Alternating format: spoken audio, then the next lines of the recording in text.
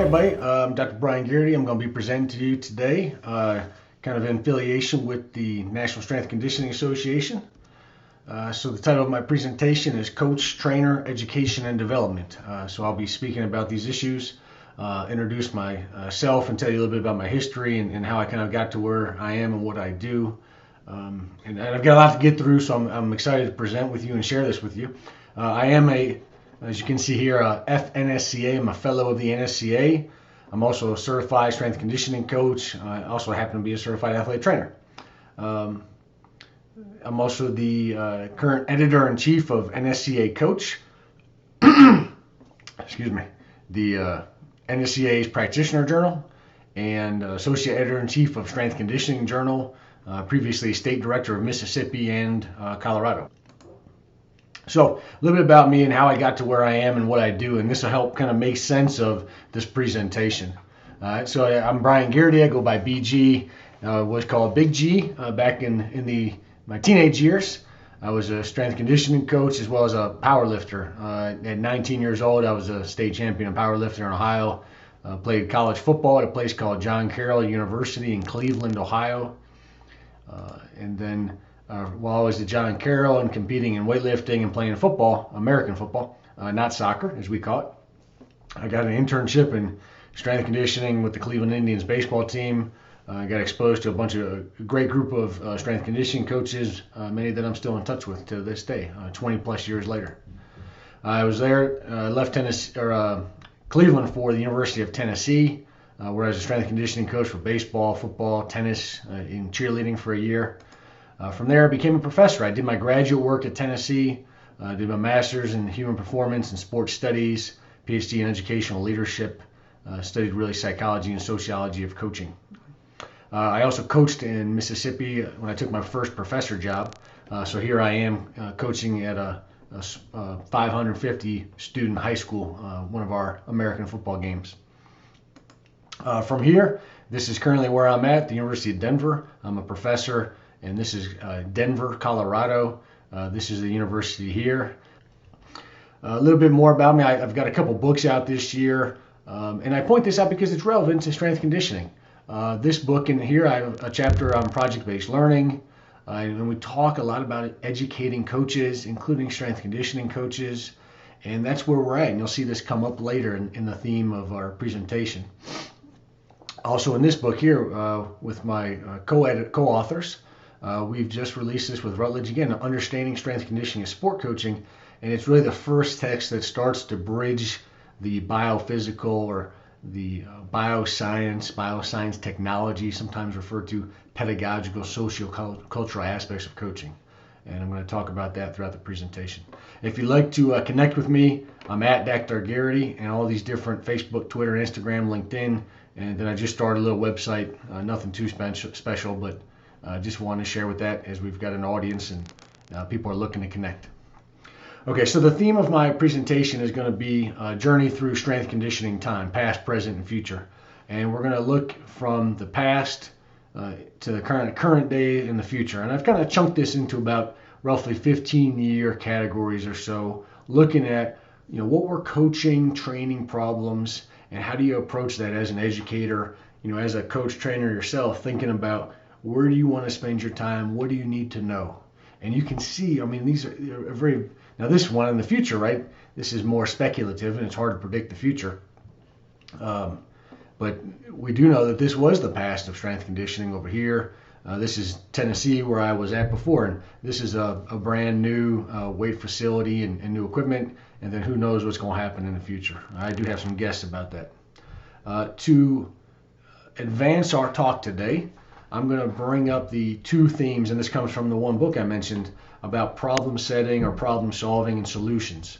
So we're going to draw upon the work of Dr. Lawson from 1984, Donald Schoen before him, and others, including myself and others that are kind of learning and thinking theorists, sociologists and psychologists, looking at how people learn, develop, what knowledge is constructed, and what that knowledge does in practice. Okay. So let's take a quick peek at this video next. Here's the wording. I'm not going to stop my video during the presentation. Since you guys are watching this, you can stop, pause, rewind. But the next video is in Spanish. It's from NSCA Spain. But I think it's a good video that it brings together the past, the present, and the future. Okay, so let's take a look.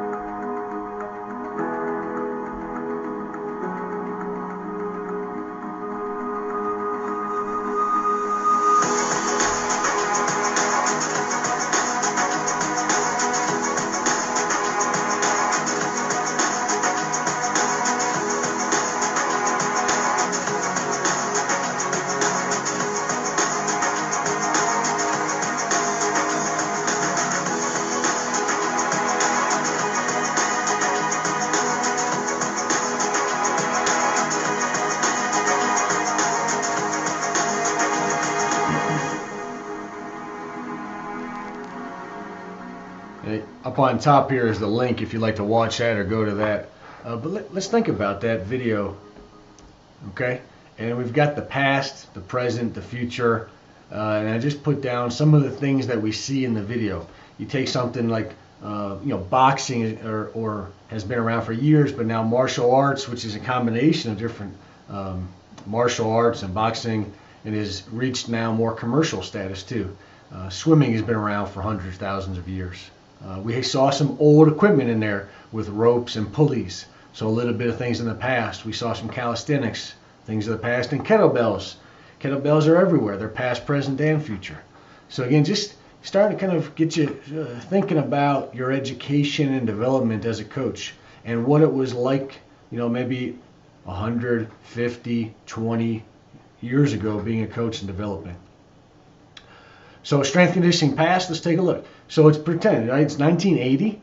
What does a strength and conditioning coach need to know and do? This is a common question that we ask.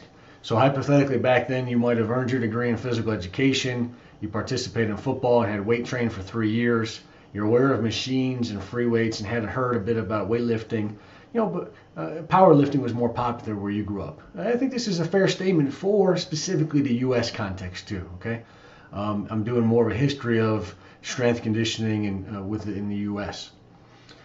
So how would you train each member of the collegiate American football team? Okay, not soccer again, but American football. You have many different positions. You have 100+ players on the team. You've got wide receivers that catch the ball. You've got linebacker. There's a lot of different athletes to train. Okay, so just thinking about what do I need to know to train these athletes, and what's going on with my education, and why do I think the way that I do, okay? And I try to educate for that reflexivity, for that self-direction, so you can think about that. And we know that this was common from the research, from the historical writings. We know that most strength coaches had a background in football, maybe in powerlifting, a few in weightlifting a little bit. And by that I mean Olympic lifting, snatch, clean and jerk type of movements. We have some track and field coaches. Physical education starting to kind of wind down a little bit in the U.S. and lose some popularity. And it has a different mission too than what we see in strength conditioning for performance. So some of the problems, right? Remember, I'm going to talk about problem kind of framing and problem solving. So some of the problems that were framed back then, pre-1995, some 1980 to 1995 or so, give or take, there are a lot of myths, right? That lifting makes you slow and makes you bulky. If you just lift weights, you'll blow up, or you get stiff and slow. You're not going to be athletic. Don't do too much. You'll strain your heart. And there's a lot of myths that we now don't believe because of advances in science. Okay, and it's always, I think, important to know that science itself is a construction. It didn't appear out of nowhere. It has emerged and changed over time, and what we believe now won't be the same as what we believe in 2 years and in 10 years. Okay, some of the big myths back then were single set versus multiple set training. All you had to do was one set to failure, or you could do multiple sets. And lots of research was done to look at the comparisons of those types of things. So in this way, experimental science helped us to determine what worked and what didn't work, and what the effects or adaptations were.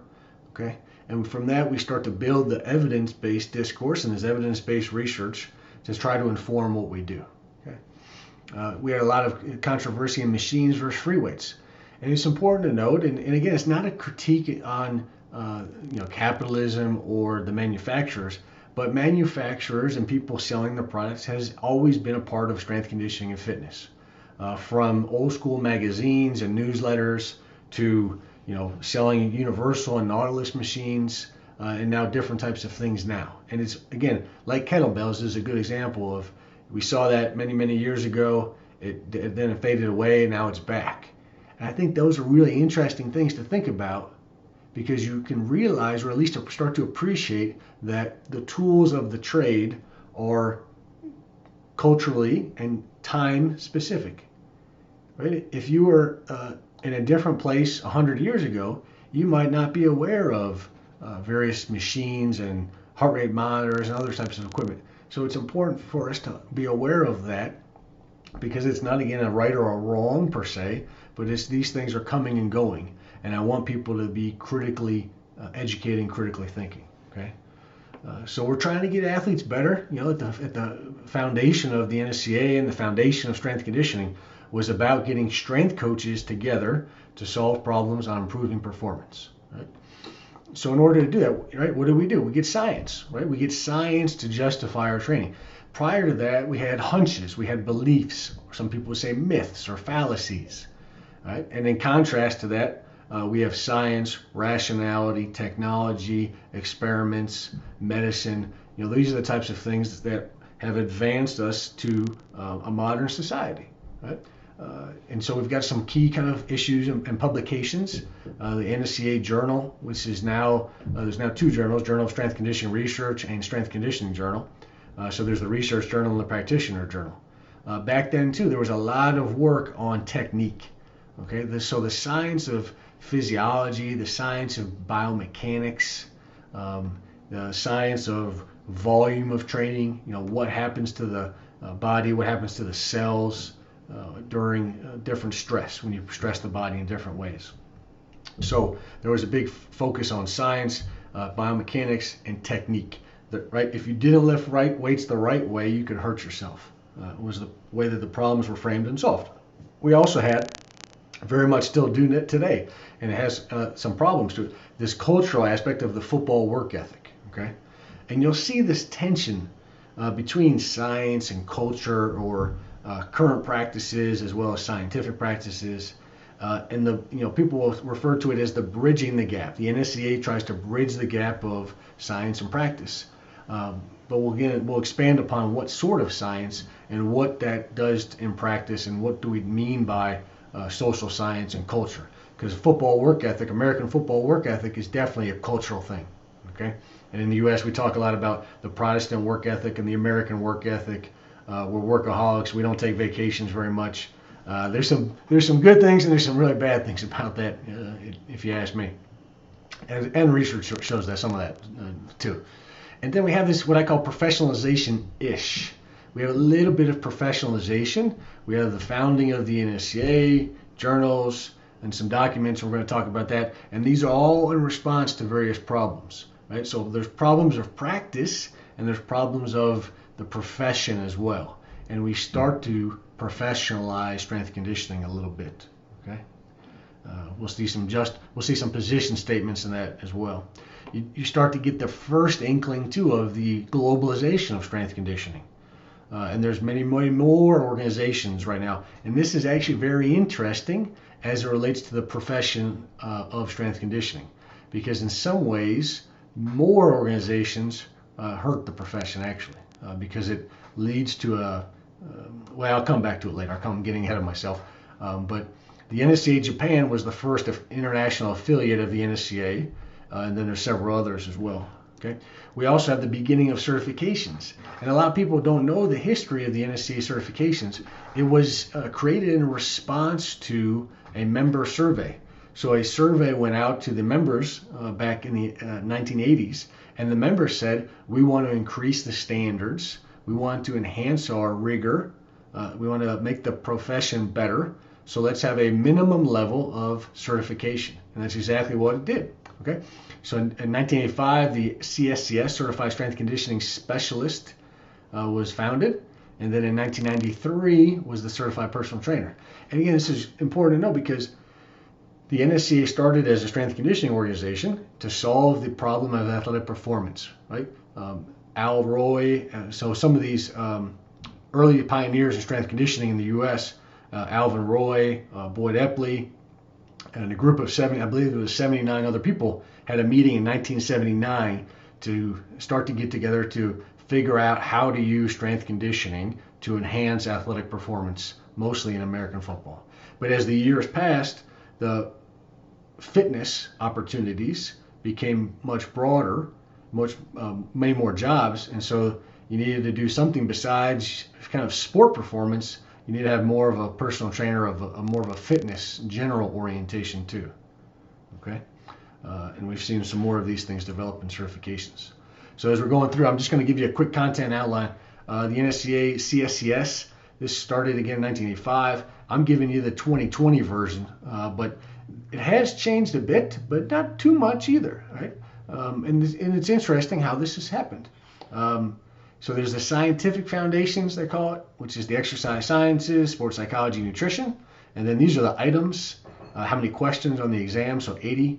And you'll see the representation. So it's very overrepresented, you might say, from the exercise science, and then represented moderately equally here from the sports psych and nutrition.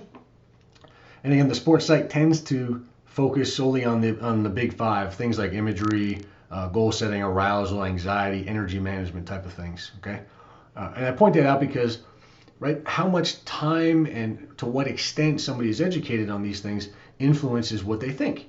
If you're exposed to anatomy, physiology, biomechanics, clinical physiology, test and measurements, what else? Cellular, biology, anything in that regard, those things are going to really kind of influence how you approach and how you see the world, how you treat and how you frame a problem. If you're more of a sports psychology, nutrition oriented, you're going to be thinking about, what is your caloric intake, or what is somebody's energy and sleep and stress right now. Then you've got the practical exam, the 110 questions. Exercise technique, again, is essential.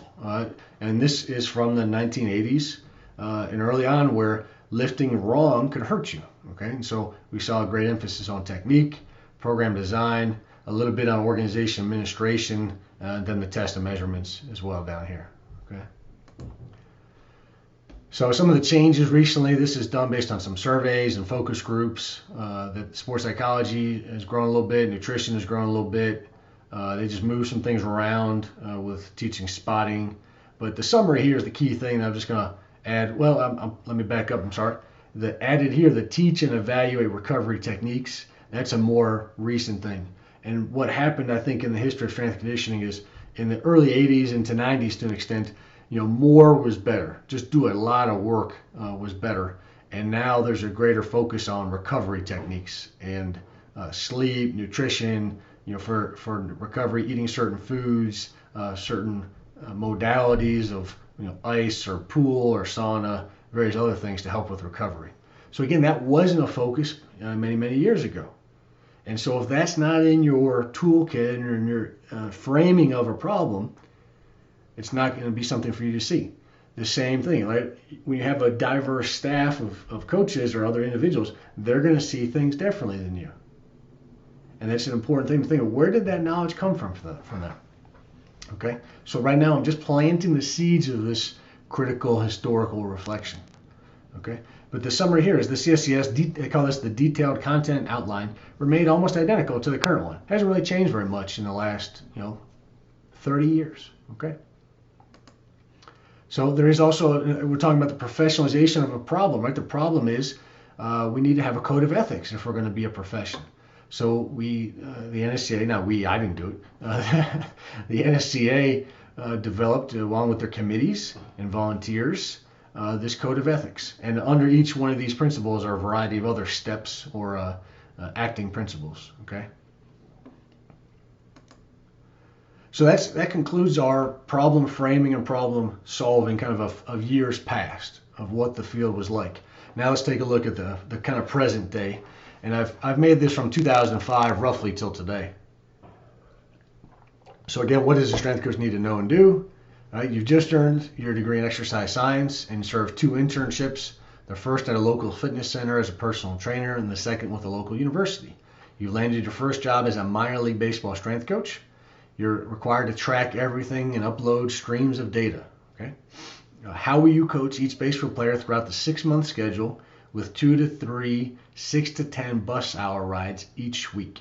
And this is a fairly kind of common problem that was experienced in 2005 and really relevant today too. Most in the field are getting degrees in exercise or sports science. They have a couple internships, different places, different experiences. They're starting to kind of see some things that they learned in the classroom and in practice, and they see some other things too, right? You see a lot of things in practice that you didn't learn in the classroom. So what do you do about this? How do you make sense of this? Okay. And then you also have in baseball and other strength conditioning settings, you have to track everything. You have to upload data. You have to have record keeping. This was very common, okay? And there's a reason for this.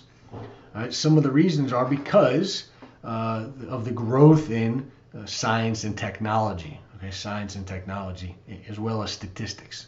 So here we have a picture of a heart rate monitor, all this data, statistics and norms, right? And we're trying to measure everything. And then we've got this book called the author is Michael Lewis. The book is called Moneyball. It was turned into a movie as well. And it's about using statistics and behavioral economics to practice baseball, to lead a baseball and manage it, and assigning value to players and how much they can do. Right? You're trying to use statistics and behavioral economics to predict how much they're worth and to predict how they're going to perform.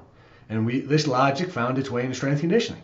Right? We also had heart rate monitors. We had various VO2 max testing devices and blood draws, and all of these things were used now to help make sense of things. Body composition testing, okay, is obviously something now that's almost a mainstay. Everybody kind of does it. And again, I'm not saying it's right or wrong, but I'm pointing it out and trying to make sense of why did these things happen. Okay. You also had other organizations. We see the growth more of NSCA global organizations and other affiliates and other sports science and sport companies putting out tons of products, tons of ways of tracking athletes and using various devices to try to be, cutting edge. Right? And again, if you think about the phrase cutting edge in various language used in the field, that didn't exist, 30, 40 years ago. The phrase cutting edge, as well as what was cutting edge, changes, right? Kettlebells were cutting edge at one point. Barbell was cutting edge at one point. Heart rate monitors, they've been around now for decades, but they're still commonly used. Okay? Let's see what else. We've also got a little bit of rhabdomyolysis, and death, quite frankly, during conditioning. And this is unfortunate. This is terrible that people are getting ill and dying in strength conditioning and fitness settings, usually pushed to exhaustion, and they suffer some sort of heat or heat stroke, maybe a dehydration, combination of those things, as well as underlying heart conditioning contributing to their death, rapid breakdown of muscle cells, and again causing internal organ failure. So these are very big problems. And let's think about this, right? We just came out of a period where we extolled and talked about science and physiology, right, biomechanics and training, and yet 15 years later we have rhabdo and death and a lot of kind of injuries and other not so good things, right? Negative outcomes. And we want to think about why that is and how we can solve that problem. Okay. So there's our globalization, right, of strength conditioning, right? You've got now 5 different organizations from Shanghai, Italy, Korea, Spain.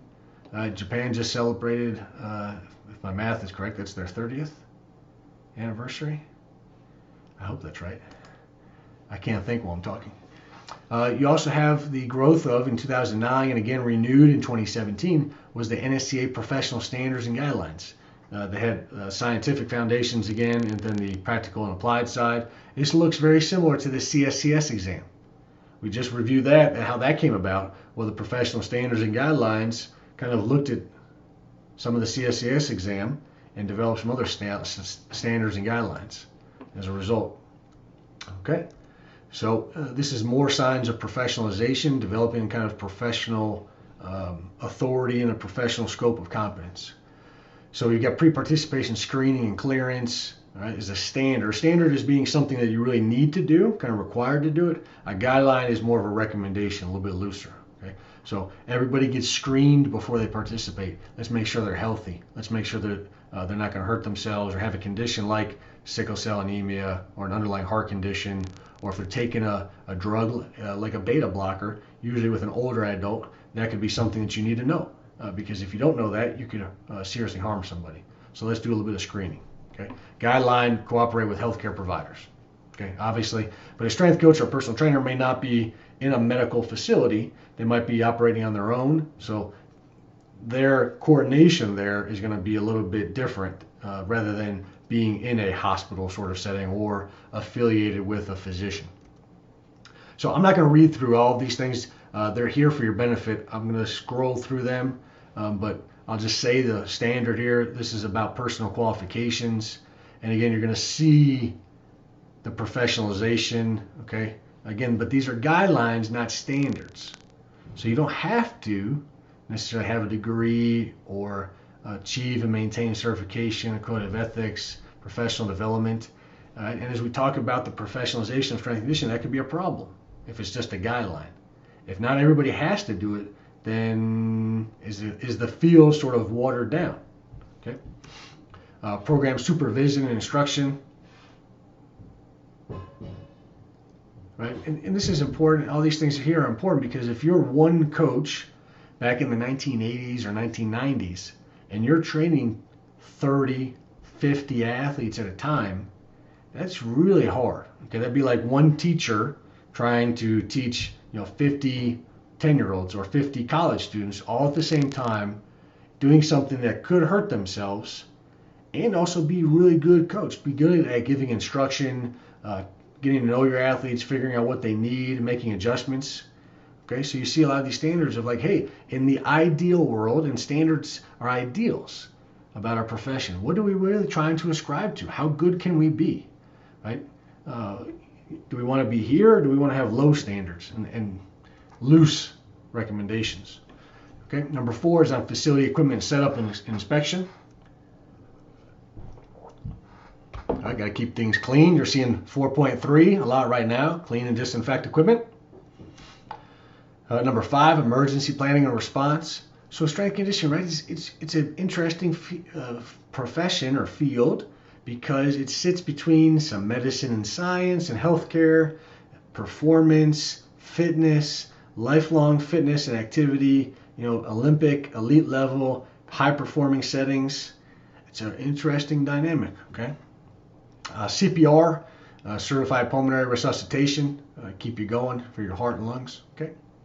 The EAP, by the way, means emergency action plan, okay? Number 6 here is records and record keeping. 7 is equal opportunity and access. All right, we're seeing this now, right?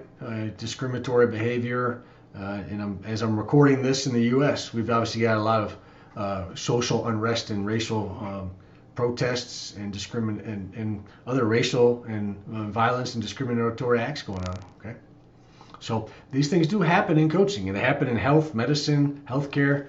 But we're just in this moment, at least right now in the U.S., a lot of people are like, they're starting to kind of realize these things today. I will say the enforcement on some of these things is a little bit kind of suspect too. That a lot of these things, if you look at the enforcement of ethics and legal and discriminatory things, as a profession, it doesn't really happen very much, okay? So you might be thinking as a coach, you can push things a little bit far and get away with it. And you're going to be aware of these things. So again, as we're thinking about coach education and development and how somebody's going to develop in the field and what they're going to do and why, these big social formations, these standards provide a significant way of framing everything that we do. Okay. Number 8, participation in strength conditioning activities by children. Okay, and the supervision guidelines there. Supplements, ergogenic aids, and drugs. And these are really too kind of around from the roots back in the 1980s, where there was a lot of problems with steroids and a Just Say No campaign by the former President Reagan back then, and the crackdown on drugs and those sort of things. So we still see this kind of language in there as well.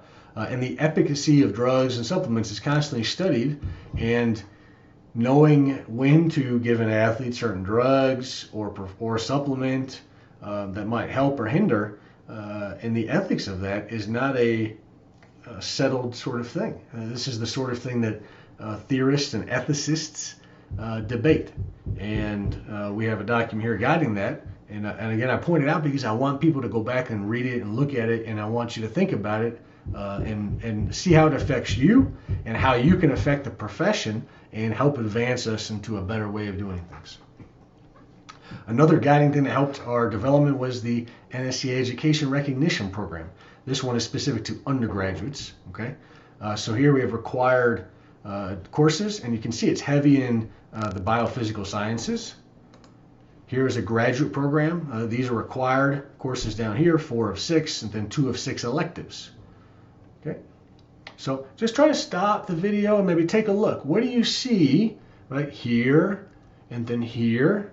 And now let's look at personal training, and you can look, and there's some differences, a little bit of more exercise adherence type of issues here, some consultation issues, that's a little different, but not too different. Anatomy, physiology, exercise science, nutrition, biomechanics, right?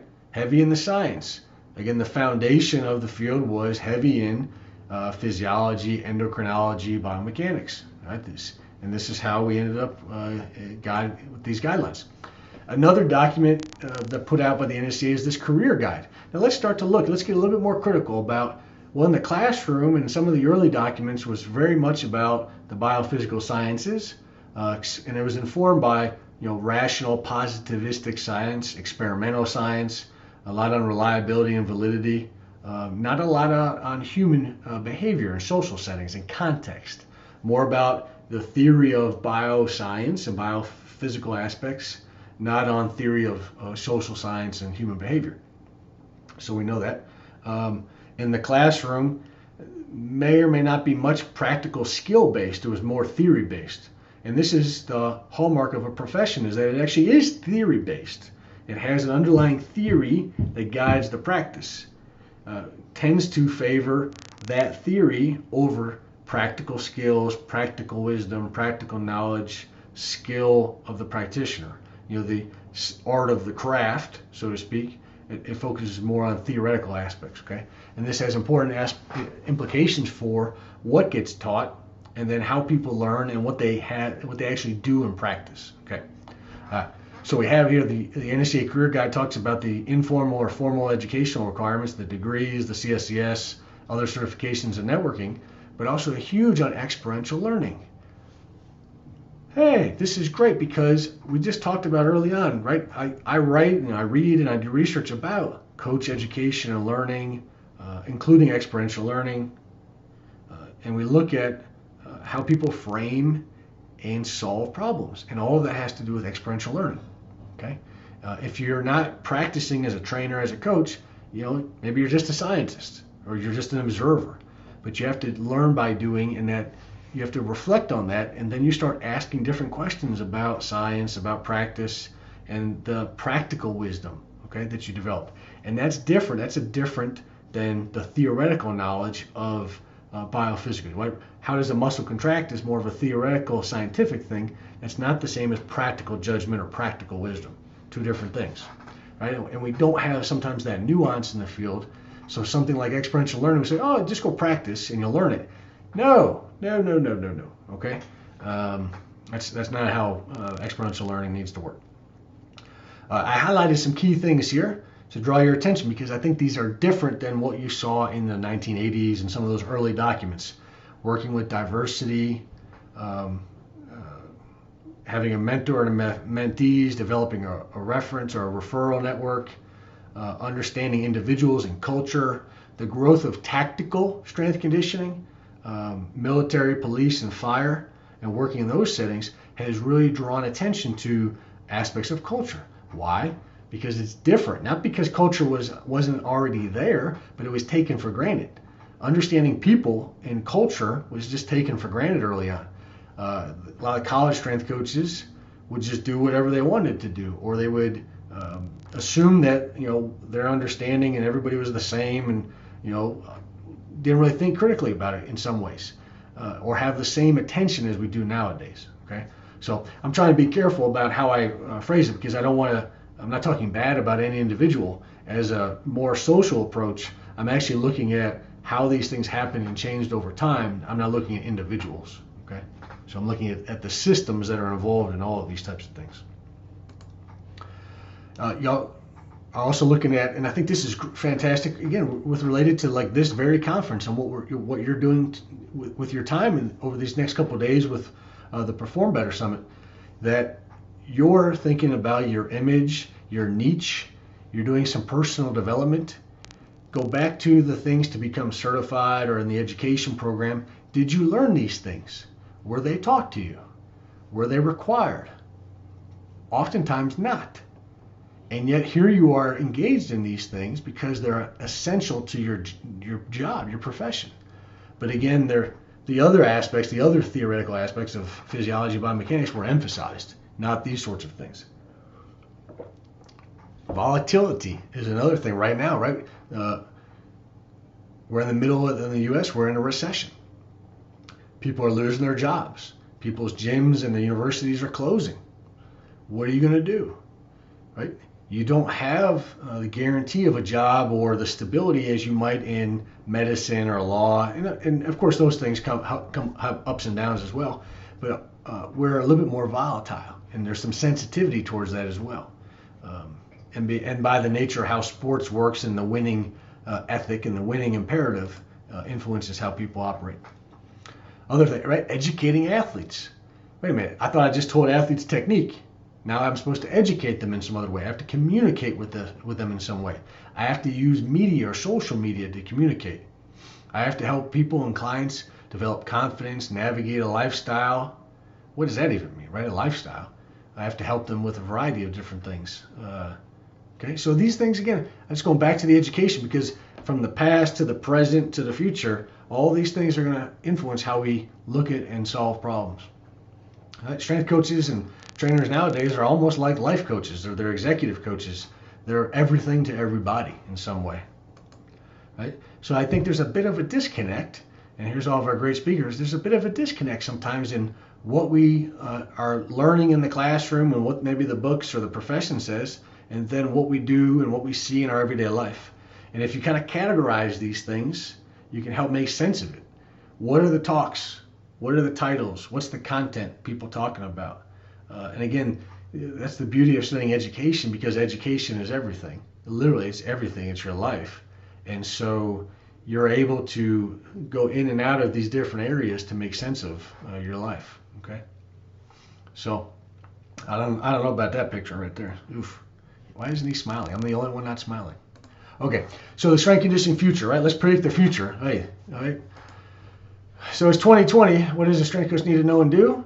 You're a CSCS with an undergraduate degree in Kines and a master's in ex-phys.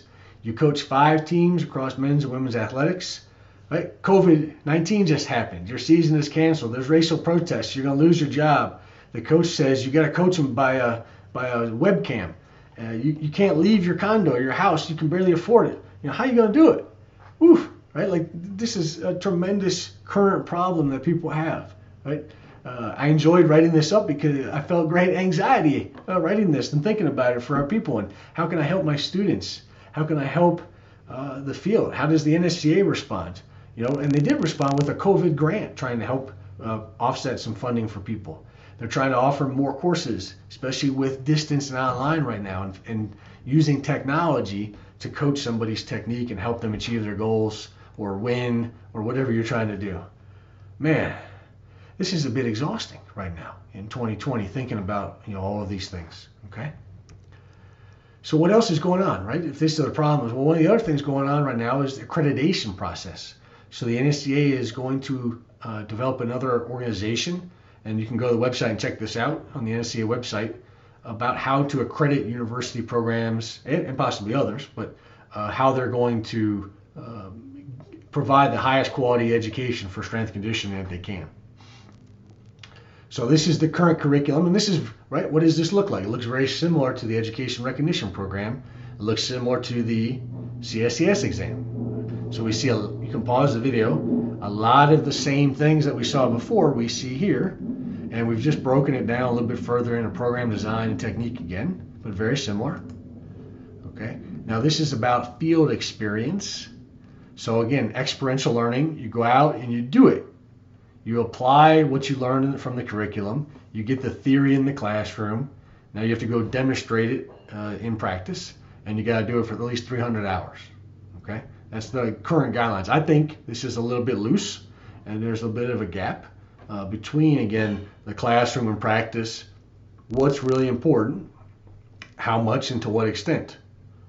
And these are not objective things. The science might try to be objective, but these decisions and practice in everyday life is not so objective. Okay. So how is, if you go out and you do your internship, how does that internship or this contact time, how does that socialization experience affect what a coach does and what they think about how they're supposed to do their job?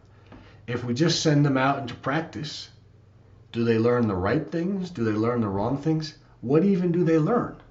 Are we studying that? Does that inform what we do in the classroom or in a curriculum? And these are some of the current problems that need to be studied. One of the big gaps that I'll pick up, and I'll finish with this line of thought here, the next 10 slides or so, is where are the psychosocial competencies? Where are more of those doing things and thinking things, like interpersonal skills, ethics? Right? We often think of ethics as just a thing, like a virtue, but there's a lot of ethical frameworks. Okay, you don't see ethics taught or required in curriculums either. Right? Right? That's a tough one. How that's not being taught. Intrapersonal knowledge, right? Awareness and continuing development, professional development, knowing about yourself. Right? Diversity, individual and cultural differences. Right? Our bodies are not just physiological things, but they are cultural things. They're individual things. And how much do we know and prepare our people to work with people about their bodies? Okay? We tend to think of a body as and I did it earlier too, I purposely did it. We tend to think of the body as a robot, as a machine. But I ask you, are you a robot? Are you a machine? Are your clients? Right? And machines break down, and we're really not. Right? The metaphor can be useful, but it can also be harmful as well. The social determinants of health, I briefly touched on that earlier. Again, the body, people, is more than just physical tissue.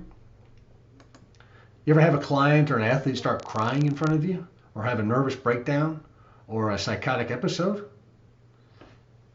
Right? They start talking to you about their body, and they have some body anxiety. How do you handle that? How do you respond to those types of things?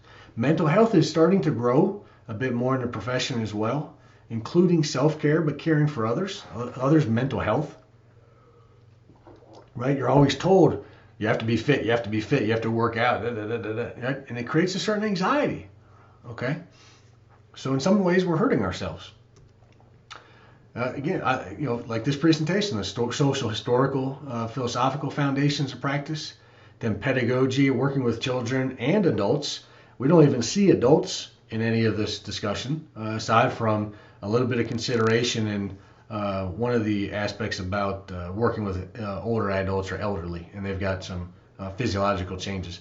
But again, the psychosocial competencies of working with these adults and meeting their needs and modifying those needs over time is really a focus. So how did this happen? Like, why did all this happen, right? So the dominance of bioscience, technology, the physiology, biomechanics, nutrition, the typical sports psych and the big five that we teach. Science is purported as essential to establish and legitimate the field, right? You had all these myths and fallacies, so let's get to science. Well, the science marginalizes some other ways of knowing. We assume that it's the best way of knowing things, and it is for some things, and I would argue that it's not for some other things, okay? Or you have to at least have a broader view of science and humanity, okay? We tend to think that science is going to solve all of our problems, including human problems or humanity's social, individual, and cultural problems. It's assumed reductionistic, right? We can reduce the science. The science itself, too, is very complex. So I appreciate that. Physiology, biomechanics, nutrition is very complex. Technology is very complex. Statistics, okay? So these are very complex things that in some of the research we reduce it to simple variables, but then we expand it and make it whole again. So we do reductionistic research and are just supposed to piece it together into this larger whole. I'd really like to study the cognition, the thought process of various practitioners and how they think and how they operate. And there's a little bit of research on that kind of thing, but that's what we tend not to focus on. So the marginalization of these other ways of thinking and marginalization of a broad view of coaching. And this is really a fundamental question. Is coaching a profession? Is it a science? Is it an art? Is it a craft? Is it a trade? What is it? Well, if we don't know what it is, we'll just call it art, we'll label it something, and we'll kind of move on, and we won't worry about it. Because it's outside the peer view of our narrow scope of what we think the profession is and what science is. Used to be physical education and physical culture, and that physical culture part got kind of cut off as science became the dominant way of looking at things. And it always brings me pause and brings me back to like, well, what is coaching? Right after you're thinking about what am I even, like, kind of stir it up and get us all confused. What am I even doing here? Am I trying to win? Am I trying to just get people faster or bigger or smaller? Learn some skills, give them some confidence. And how does this happen if I'm working with an athlete and lots of athletes and they may need different things? And how do I really know what to improve and what's going to transfer onto the field or to the court, or to the pool? So just a quick detour. And then I'm going to wrap up here with a few things that I've been doing in this work and thinking about. Here's a research study that we've published. And what we tried to do in this paper was talk about, let's really look at what coaches do. They use their exercise science to try to be efficient, to control the time, the space, the orderly flow of athletes. It looks very similar, right? Everybody's in a row and lines. We have a stopwatch. It looks like military. It looks like schools and factories. And it has some positives, but it also has some negatives. And we point this out in a little bit of this critical research.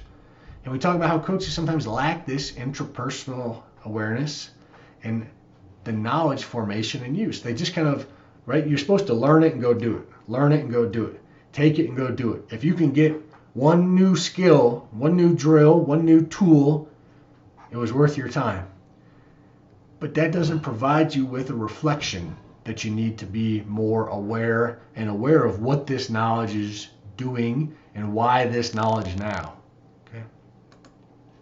So ways to think about this. This comes out of this book. We have a chapter in here with a couple other scholars. And question one that we ask is, when you're thinking about doing something, what does history affect what we do? Why do you do what you do? Why do you do, for example, the GPS or the heart rate monitor? Why do you use this machine or this bar or this dumbbell, kettlebell, this tool? Where did this come from? Is it designed to predict and control something? Is it an example from exercise science and technology? So take that and then flow it into number 2 here, limitations and unintended consequences. Are you ignoring somebody's pain? Do you treat them as a machine? What's going on here, right? How come this isn't working as well as I want it to be? Is it because the athlete or the client is bad or they're dumb or they're lazy? they're not eating right, and those are typical kind of ways that we frame the problem. Or is it something else? Is it I'm doing something to them that's not working, or I'm not listening to them and we haven't tried to figure this out, or maybe what I'm doing isn't really as effective and the externally doing this in practice isn't so good. So let's think about changing something. Let's be more creative. Let's do something different. Let's try to think it differently and practice differently. Expanding upon that study, we did another study on this one where we start to bring in some intersectional and these individual and cultural aspects. So similar, we looked at how time and space and the flow of athletes is typical with these dominant biophysical and the use of the stopwatch and the rest periods. That's typical, right? And we just talked about the history of that for the last 40 minutes. But they also communicate other things with racial and gender, etc. messages. So when we're thinking about working with athletes, diverse athletes, and inclusivity, maybe some of the things that we're doing in the name of science or in the name of this neutral objective language really isn't. Maybe there are some underlying values implicit in our coaching. So we start to kind of show that, okay? So in this work, we talk about microaggressions, which are kind of offensive ways of talking about somebody's social identity regarding their race, gender, sexuality, etc. So we have microaggressions versus microaffirmations. So be aware of saying things like this, but let's try to be more positive and have a better outcome as well, because we know that microaggressions cause greater stress, cortisol, and negative hormonal responses even too. So psychologically and physiologically, they're harmful. So instead of doing this, let's try this. Let's have an awareness of these non-neutral values, that science is objective or that it's neutral. Again, in practice, it's not neutral. It's not science in practice. In practice is practice. So again, bridging the gap of science and practice, we have to theorize practice, not just science. We want to be thinking about theories of practice, and that when I'm working with somebody, you have a value, I have a value, I might have some scientific value guiding me, okay, but we have to think about all these interactions and how these relationships affect who we are and what we do. And then we talk about coach-centered and disciplinary practices. And we did another study, we just followed up on this one. So this is the paper here. And what we did in this was we had a learning community with myself and another professor, coach developer, to work with strength coaches to think about and problematize coaching, to think a little bit more creatively. And so we wanted them to disrupt the typical stuff. And we were careful, right? We always want to be, we're aware of safety and health issues, but we also want to try to avoid some problems and give people some different ways of practicing. See if we can get better. Okay? So these are the themes that we came up with of different ways that we can use our space differently. And they may not be in line with typical scientific thought. And that's precisely the point, okay, is that you're trying to be a little bit different here and expand our science with culture and social aspects. So here we have I'm going to talk about is strength conditioning a profession? So problems and predictions for 2025 and beyond. When you think about our education development for the last 40 years and where we're headed, I scratch my head and I'm thinking, well, let me wrap this up with the question of, is strength conditioning a profession? In some ways it is, in some ways it's not. So there's 5 names here, and then in the red are some things that are like, maybe not so fast, okay? So if you want to pause the video, go ahead, I'll keep talking. So in number 1 here, and these 5 things are often used as 5 attributes of a profession.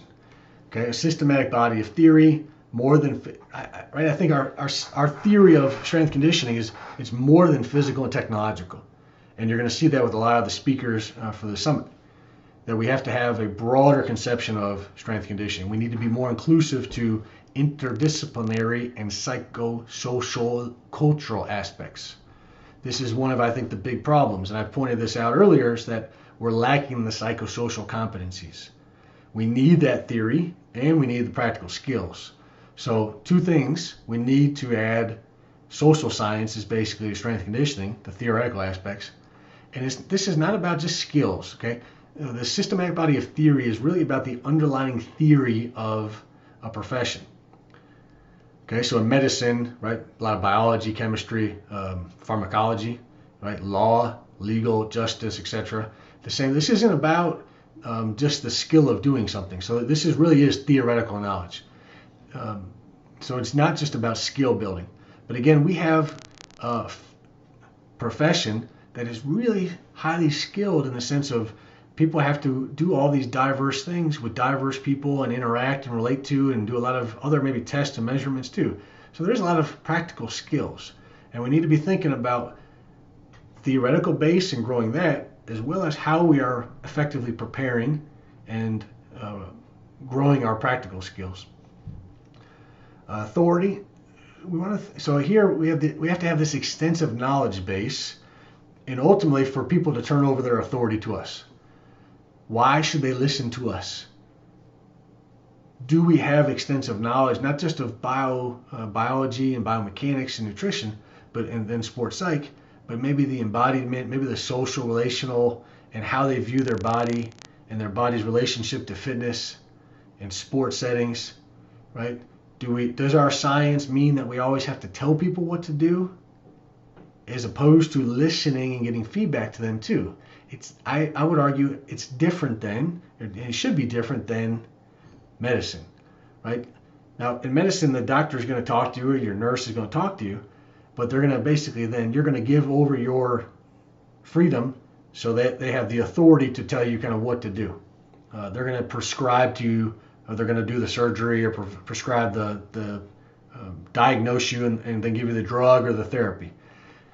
We have some of that in strength conditioning, but I wonder at times too, who are we really serving? Are we serving ourselves for profit, for our organization, for our business, for the college, the university, the professional team? So how altruistic are we versus how serving others are we? Okay. Number 3, community sanction. So we do have this regulation, right? We have a lot of this, which is really nice. This is a strength. We get a big check here we have certification now, and we're moving towards accreditation, which is a higher standard. We have the job task analysis, the education recognition program, and professional standards. These are good things. They help us, and they help kind of limit and provide the community with a sense of assurance that we are developing and growing as a profession. But what about the safety issues? How have we tackled that? With rhabdo, with death, with some of the psychological harms and the physiological harms, right? People hurt their back, they hurt their shoulder. We have to do things. It's different now. Strength conditioning and fitness is not the same as medicine. It's not the same as law or teaching. It has some very unique things, and we need to be thinking about this and writing and practicing. We already are practicing these things, but we really need our theory, right? We need this theory to catch up with some of these things. What do you want to? So that's the part on safety. The next part is, what do you want to know?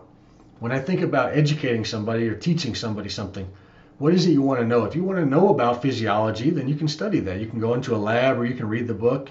If you want to know about skill acquisition or motor learning, we can look at feedback and communication. If you want to know about motivation, again, you can study psychology, sociology. We can add to this, and then we can direct somebody towards what they need to know. Okay, so it's not that hard. I don't think we have a lot of good knowledge, and I just wrote a book about it, or helped write a book about it, so I kind of take it for granted too. But I think we have a lot of good resources to help people go from kind of point A to point B, or acquire the knowledge and skills. Ethical codes. So we have this, right? We just saw a little bit about the ethical codes, but I think it's a little bit old. It doesn't have the complexity or richness, the ongoing change and development that we need. New things have happened in the field, and we need to embrace an update to the ethical codes. We don't have very many ethicists, scholars of ethics in the field, right? We have a lot of physiologists or nutritionists and biomechanists and some sports psychologists, that work in strength conditioning settings, but not the ethicists.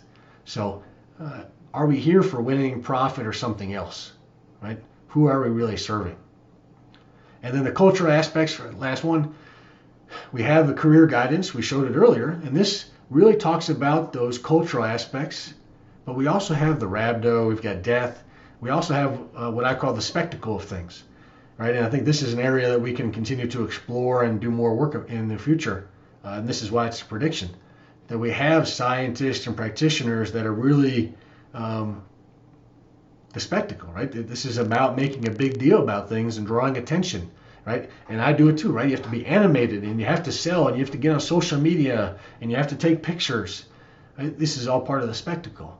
And this all reflects part of our culture as a profession. Does it hurt us? Does it hinder us? How do we juggle that, right? So this is kind of my parting gift to the presentation and thinking about our development and where we've done what we've done in the name of being a profession, trying to solve common problems across the ages, the different years. But where are we going as a profession? How are we going to be addressing these things in the future with implications for individual coaches and trainers, as well as our entire discipline, entire group as well?